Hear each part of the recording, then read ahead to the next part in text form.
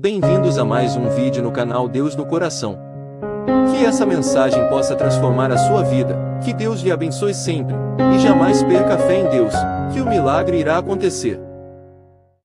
Eu gosto muito do refrão desta música porque é um refrão muito prático. Ele faz perguntas que interrogam diretamente a qualidade da nossa vida. Para ser feliz, do que o ser humano necessita? O que faz a vida ser bonita? A resposta, onde é que está escrita? Para ser feliz, o quanto de dinheiro eu preciso? Como é que se conquista o paraíso? Quanto custa para um verdadeiro sorriso brotar no coração? Todas as perguntas anteriores nos levando a esta última final. Porque sem medo de errar, todos nós aqui, mesmo quando nós erramos tentando ser felizes. O nosso desejo é a gente ser feliz. Quando você se propõe a fazer alguma coisa, você quer ser feliz. Não felicidade a partir do conceito tão superficial que não comporta dificuldade. Não, a pessoa feliz é aquela que consegue reconciliar dificuldades e facilidades e ter um sorriso no rosto. É o espírito de prontidão. O que faz diferença na vida não é o quanto a gente estudou, não é o quanto a gente sabe, é o quanto a gente se dispõe. Mesmo que eu não tenha toda a ciência do mundo, eu me disponho a aprender. E aí a vida começa a dar certo para você. A qualidade da nossa vida está intimamente associada às perguntas que a gente vive se fazendo. Porque às vezes nós temos uma ilusão de que nós somos comandados por respostas. Não. Observe na sua experiência prática. Quanto tempo dura a satisfação de uma resposta em você? Muito pouco. Às vezes você passa um período enorme preparando aquela resposta. E quando você fica diante dela, naturalmente você necessita de uma outra. O que nos leva a entender que o que nos mantém vivos não são as respostas, são as perguntas. O que mantém você viva não é a lavoura pronta, é a lavoura no seu processo. Quando você obtém o melhor resultado, digamos que hoje, neste ano, você alcançou o melhor resultado da sua lavoura, é a resposta. Quanto tempo vai durar essa satisfação? Até o momento em que você estiver diante da necessidade de cultivar novamente para que chegue uma nova colheita. Estou errado? O que é bom e o que é ruim passa. Nós sempre estamos diante do novo. E o novo, ele se estabelece a partir de perguntas. E agora? Nós aqui temos um poeta maravilhoso, Drummond de Andrade, que tem um poema épico que trata justamente sobre a dinâmica da existência, que é aquele poema que ele faz a pergunta: e agora, José? Ele vai colocando o personagem José em diversas situações. E agora, José? Porque a pergunta precisa ser feita, porque senão a nossa vida não tem qualidade. Pode observar, as pessoas mais interessantes que você encontrou pela vida não foram as que encontraram boas respostas, foram aqui as que souberam conviver com as boas perguntas. Porque às vezes a gente nem vai chegar à resposta. E o que nos faz chegar até o final é a busca por ela. É a busca que nos mantém vivos. Na psicologia, Lacan entendeu muito bem isso. Um psicanalista que veio depois de Freud, ele entendeu que o que nos mantém vivos é o desejo, não é a realização dele. E existe um dito popular que é lacaniano, que é uma simplificação da teoria elaboradíssima de Lacan, que ele vai dizer: o melhor da festa é esperar por ela. A vida é um processo. E quem vive procurando resultados, corre o risco de ficar amarrado ao presente, ao passado, ao futuro. Eu não me amarro aos meus resultados. O resultado que me trouxe aqui é apenas um impulso para eu buscar outro. A pergunta que me trouxe até o dia de hoje, eu faço questão de renová-la. Não coloque um preço muito alto. Não espere a data para comemorar. Não espere o motivo. Toda vez que você perceber que você fez a pergunta certa, você deu um passo no seu processo de evolução, e isso merece ser comemorado.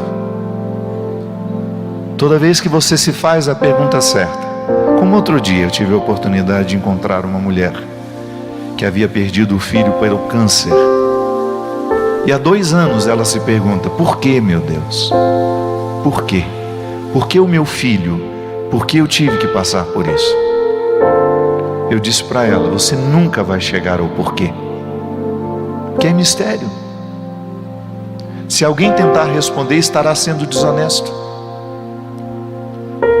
Quando eu não sei o porquê, eu me pergunto: como?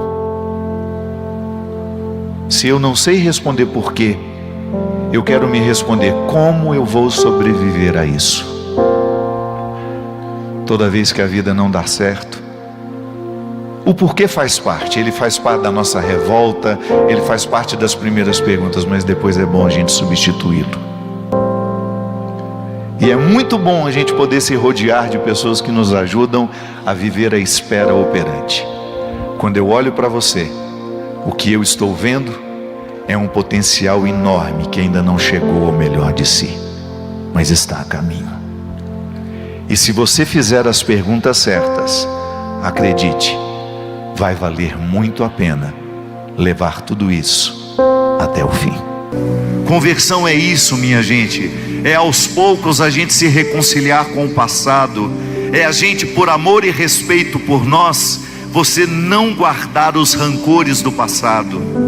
Você é preciosa demais para viver guardando rancor. Rancor não faz bem a ninguém. Guardar mágoas, guardar ressentimentos é uma prova de que você não se ama. Como é que você vai guardar dentro de você um sentimento que não faz bem? Eu sempre digo isso, a gente se ama tão pouco, mas tão pouco, que às vezes nós postamos uma fotozinha lá na rede social, 80 pessoas fazem um elogio a você. Aí vem espírito de porco e só comenta assim: engordou, hein? Você troca os 80 elogios por uma pessoa que falou mal de você. Isso é falta de amor próprio. Sabe por quê? Quem se ama vai passar por cima deste comentário e vai dizer: este comentário não me define, porque eu sou muito mais do que isso.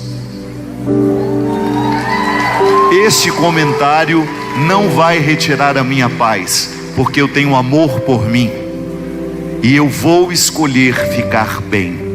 Isso é falta de amor próprio. Isso é falta de palavra profética, de dizer assim para si mesma: eu não sou o que o comentário desta pessoa está dizendo eu ser. Eu sou mais do que isso. Então muitas vezes você viu as pessoas dizendo: você é feia, você não tem condições, você não tem capacidade. Muda isso dentro de você com a palavra profética.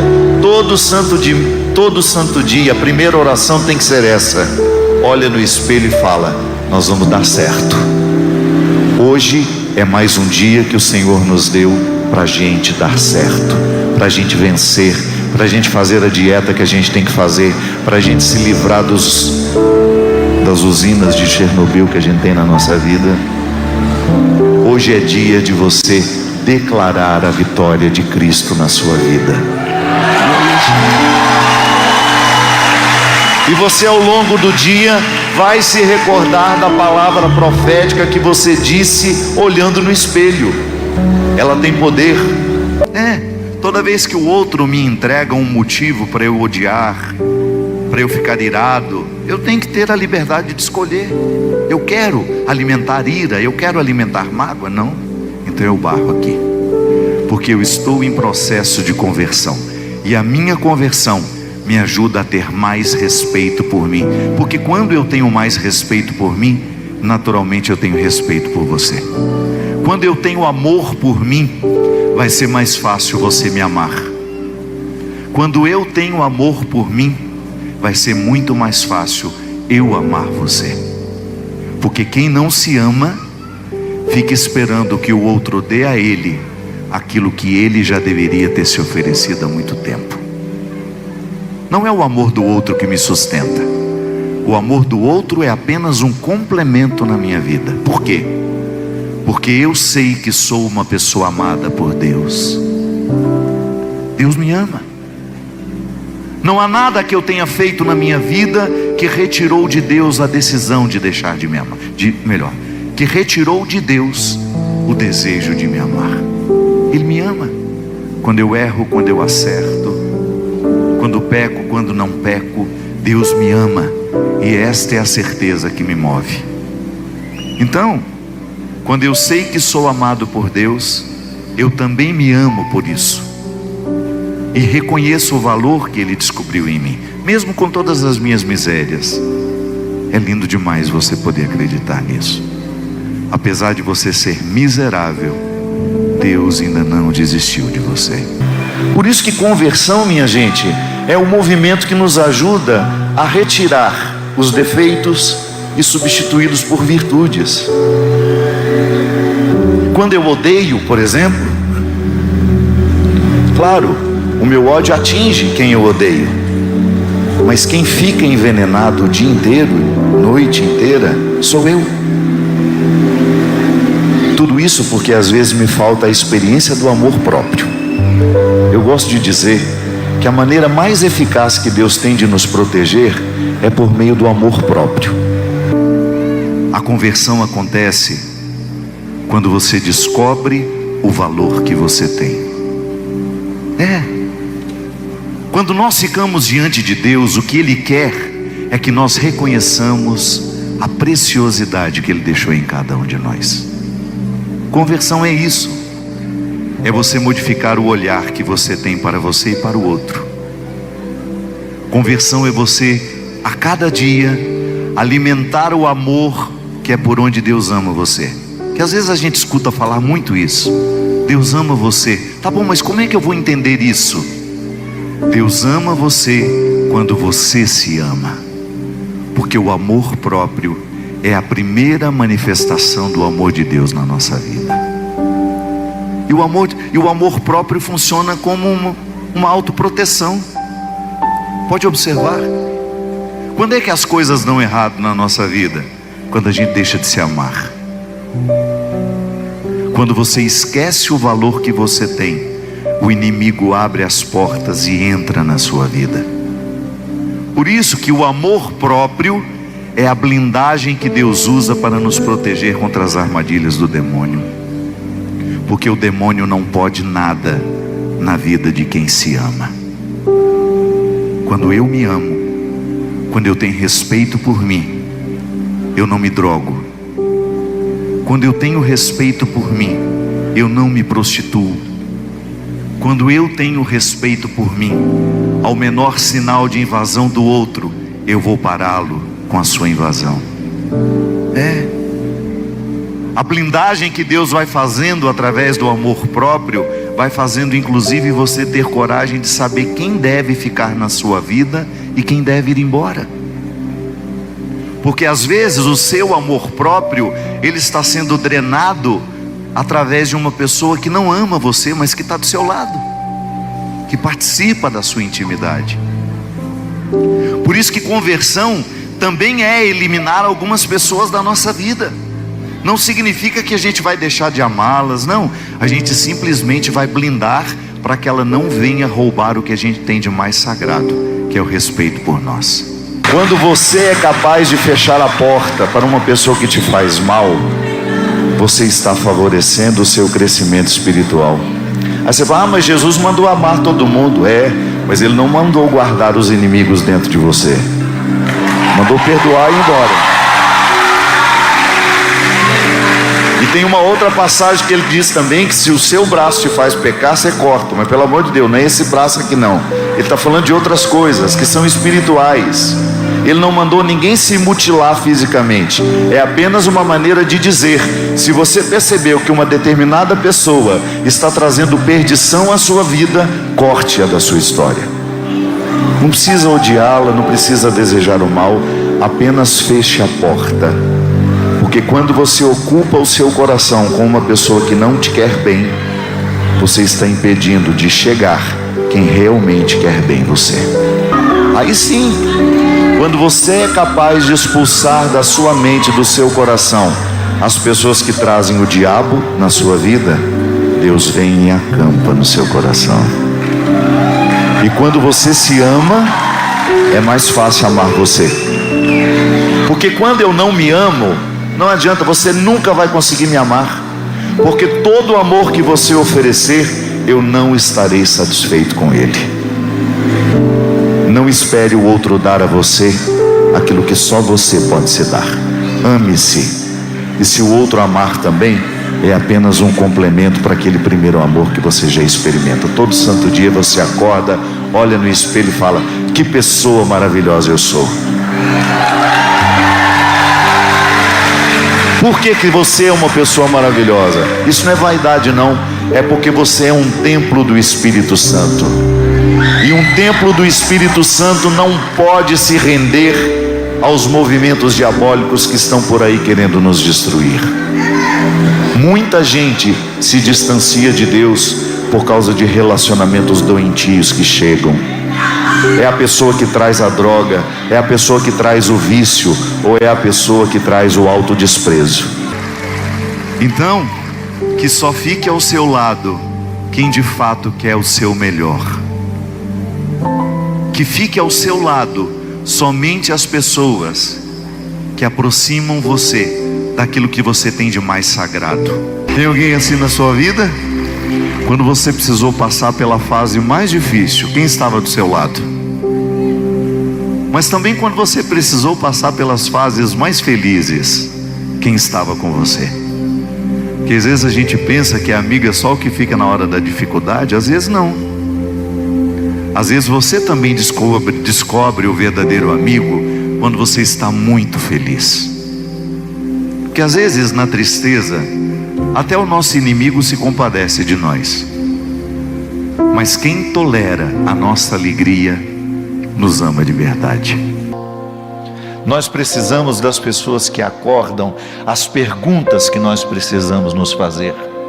Você sabe que como padre, às vezes as pessoas têm a tentação de me procurar como se eu tivesse respostas prontas. Não tenho. Inclusive algumas pessoas me fazem uma pergunta cruel: Padre Fábio, como é que é depois que a gente morre? Eu falei: sei lá, eu nunca morri. Não é verdade? Ah, mas como é o céu? Também não sei. Quem me dera. Mas como é que a gente faz diante deste mistério? Espere. Espere por ele. Ah, mas é cruzando os braços que se espera? Não. Há um conceito inteligentíssimo de um teólogo chamado Moltmann, que ele dizia que a espera, a mais honesta, é aquela que nos põe preparando aquilo que a gente espera. Então é uma espera operante. O que eu quero no futuro, eu começo a construir agora. Essa é a dignidade cristã que você recebeu no batismo. Você tem o dom régio, isto é, a realeza de Cristo. Mas não se esqueça, a realeza de Cristo não é a mesma da monarquia que nós conhecemos. A realeza de Cristo nos pede humildade. Sem humildade não há cristianismo. Pode ser a pessoa que mais reza na vida, pode ser a pessoa que não sai de dentro da igreja. Se a religião dela não tornou aquela pessoa uma pessoa humilde, não aconteceu a obra de Deus na vida dela. Onde há arrogância, Deus não está. Onde há arrogância, Deus não está. A realeza de Cristo é a humildade. é a gente nunca se sentir, por uma vaidade espiritual, superior a alguém. Não, pelo contrário. Quanto mais a gente cresce em Deus, mais a gente descobre o quanto a gente é miserável e o quanto a gente precisa ter paciência com a gente. Senão, não dá certo. E se eu preciso ter paciência comigo, por que eu vou exigir de você aquilo que eu ainda não sei ter? A nossa fé é encarnada, minha gente. Dizer que você é cristão é dizer que você é Jesus de novo para alguém. Isso é muito sério. Essa é uma oportunidade linda que você tem de traduzir o seu cristianismo de forma prática. Eu sou Jesus para você, então eu quero fazer por você o máximo do que a minha humanidade me permite. Eu quero passar pela sua vida fazendo bem a você. Eu não quero falar uma única palavra que possa fazer mal ao seu coração, porque eu, como cristão, um dia me comprometi com o meu batismo. Eu quero ser Jesus de novo por onde eu for. Eu quero estar ao lado das pessoas que precisam de mim. Isso é ser a mão de Deus.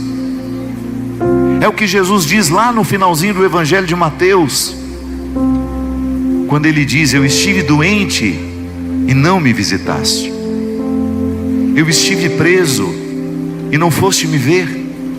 E os discípulos perguntam: Senhor, quando é que o Senhor esteve preso? Quando é que o Senhor esteve doente e a gente não foi? E Jesus disse: quando um dos meus pequeninos passaram por isso, eu estava neles.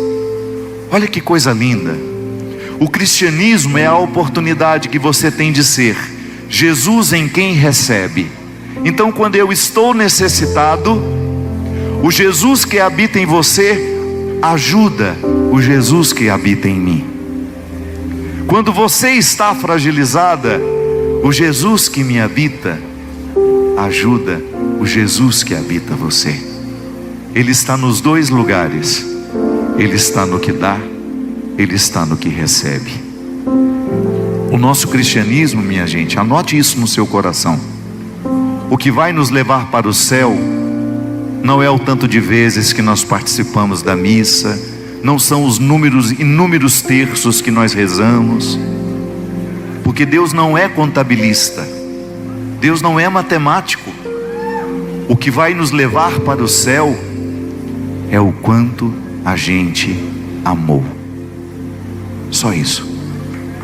É isso que Deus vai querer de nós. Porque às vezes eu sou a pessoa que não sai da igreja, eu participo de tudo, eu estou lá o tempo todo, mas eu sou uma pessoa insuportável, porque o cristianismo que eu digo praticar não transformou a minha vida. Não. Entrar dentro da igreja, até o cachorrinho entra. Eu quero é que a igreja entre dentro de mim. Eu quero que o evangelho se torne uma realidade na minha vida. Eu quero que as pessoas percebam que eu sou cristão, não pelo meu discurso. Fazer discurso é fácil. Eu quero que as pessoas percebam o meu cristianismo é pelas minhas atitudes. É a maneira que eu ajo, é a maneira que eu trato as pessoas que vai dizer se eu sou cristão ou não. Porque o cristianismo nunca vai nos autorizar a soberba, a vaidade, a pretensão de que nós somos melhores que alguém. Não. Quanto mais eu cresço na espiritualidade cristã, menos coragem eu tenho de ser arrogante, porque eu sei a miséria que eu sou. Apesar de ser muito amado por Deus, eu sou um homem miserável. Eu não sou melhor que vocês em nada. Ah, mas o senhor é padre. Eu tenho uma responsabilidade a mais que você, mas eu não sou melhor que você. Nós dois temos exatamente o mesmo compromisso: ser Jesus por onde a gente for. Ser Jesus lá no seu trabalho. E não é com a pessoa mais fácil não, viu? Jesus também disse isso. Que mérito tem você tratar bem os que te amam? Difícil é a gente ser amoroso com aqueles que não nos amam. Difícil é você neutralizar o ódio do outro com amor. Porque quando o outro me odeia, o que ele espera? Que eu odeie também. Mas quando o ódio dele bate em mim e não ressoa, não transforma em ódio, quando eu neutralizo o ódio que ele está me oferecendo e eu ofereço amor, eu o deixo desconcertado. Isso é oferecer a outra face. Seja assim. O Natal está chegando e é a oportunidade de ver Jesus nascer. Como é que Jesus nasce entre nós? Quando você diz: eu sou Jesus de novo. E Jesus tem o meu jeito de ser. Ele tem as suas qualidades e infelizmente os seus defeitos também, porque nós somos humanos. Por isso que você quer se converter. Você quer diminuir o tanto de defeitos para ficar com mais qualidades. Porque quanto mais você se converte, quanto menos defeitos você tem, quanto mais você se aprimora como pessoa, mais Jesus fica transparente em você. Você já experimentou isso? Ficar diante de uma pessoa que transparece Deus em tudo. Como é bom. Sejamos assim. Não permita que os pesos da vida impeçam a sua evolução. Não permita que os pesos da vida dificultem você dizer: eu sou Jesus de novo. E assim ser a mão de Deus na vida de quem precisar de nós. Você pode abençoar. Você tem o dom de abençoar as situações, as realidades. Por isso que quando você vem pedir bênção para o padre, muita gente vem com uma, põe a mãozinha assim, como se o padre tivesse um poder a mais. Não pense assim não. A sua bênção que você dá ao seu filho não é menos poderosa que a bênção que o padre deu a você. Sabe qual a bênção que tem poder? Aquela que a gente desperta em nós todo santo dia. Então quando nós, padre, formos abençoar você, você se lembra: eu não estou te dando nada de fora, eu só estou despertando a bênção que você já é. Você tem a palavra que gera vida. A sua palavra pode curar alguém. Você sabia disso, né? A sua palavra pode adoecer, mas a sua palavra pode curar. É por isso que a gente vai para a terapia, para a gente aprender a falar. Porque a gente se cura é pela palavra. Não é uma mágica. O psicólogo não faz uma mágica na cabeça da gente para a gente ficar mais harmonioso. Não, é à medida que a gente vai contando o que nos aconteceu, que a gente se livra do poder opressivo do que nos aconteceu. A palavra nos cura. Tanto é que na psicologia existe uma regra: quando o paciente é capaz de falar da sua dor, ele já resolveu 50% dela. É assim. Quando a gente tem um vício e não tem coragem de assumir, é porque a gente não começou a recuperação. O dia que a gente fala: eu sou alcoólatra, eu preciso parar, eu comecei a mudar de vida. Sabe por quê? É o sofrimento que nos educa. A gente não precisa correr atrás dele. Quando você perceber que é um sofrimento que vale a pena ser vivido, que vai fazer você se libertar de alguma coisa, é igual quando você para um vício. Todo mundo sofre para cortar um vício, não sofre? Mas não é um sofrimento bom? Quando você começa, por exemplo, quero parar de fumar. É uma tristeza parar de fumar para quem fuma. Cada cigarro que você diz não a ele é um sofrimento que você causa dentro de você. Por quê? Porque o seu cérebro criou uma dependência daquela substância química. Que olha como o vício é terrível. Todo mundo sabe que mata. Mata quem fuma, mata quem respira por perto, causa câncer. E a gente fuma. Por quê? Porque quando a gente perde o controle da vontade, alguém dentro de mim manda por mim. No caso, a substância química. É igual aqui açúcar. Todos nós somos viciados em açúcar. Há uma cucazinha de banana depois do café. Misericórdia. Não é bom? Uma chimia de goiaba. Todo mundo gosta. Nós somos viciados em açúcar. Você muitas vezes não consegue fazer uma dieta porque você não consegue cortar o açúcar. É um sofrimento que educa. Quando você olha para aquela infeliz e fala: não vou te comer. Por quê? Porque preciso emagrecer, porque preciso voltar a ter saúde. Quando você precisa romper com uma pessoa, você sabe que aquele vagabundo não vale nada, não vale nem o sal que usaram no batizado dele, te engana a vida inteira. E quando você fala que vai terminar aquele namoro, aquele relacionamento, você sofre, mesmo sabendo que você merece muito mais. Então, muitas vezes o sofrimento é que vai nos libertar. Se você não tiver disposição de sofrer na hora certa, não dá nada na vida. Para a gente estudar, é fácil acordar de madrugada para poder pegar uma faculdade? Não é. Para ir trabalhar, é fácil levantar de madrugada para ir trabalhar? Não é. Vocês dão conta da vida. Vocês não têm medo do sofrimento. Claro, as gerações antigas. Essa geração agora está ficando mais molenga, não está? A senhora que está vendo os netos agora, não é? Então o sofrimento que você sofreu até hoje educou você e te trouxe até aqui. Só Deus sabe o que você precisou passar para me oferecer o sorriso de hoje. Tem muita lágrima por trás desse sorriso, não tem? Oh, meu Deus do céu. Sofreu muito para ser quem você é. Por isso que você tem que ter respeito. Que o primeiro movimento da conversão em nós é a gente voltar a se amar, é a gente ter respeito pela nossa história. É isso. Tem respeito por você, porque as dores que te trouxeram até aqui são elas que te educaram. E não tenha medo daquilo que você precisar sofrer para você chegar à vitória. Não existe vitória sem labuta, sem trabalho.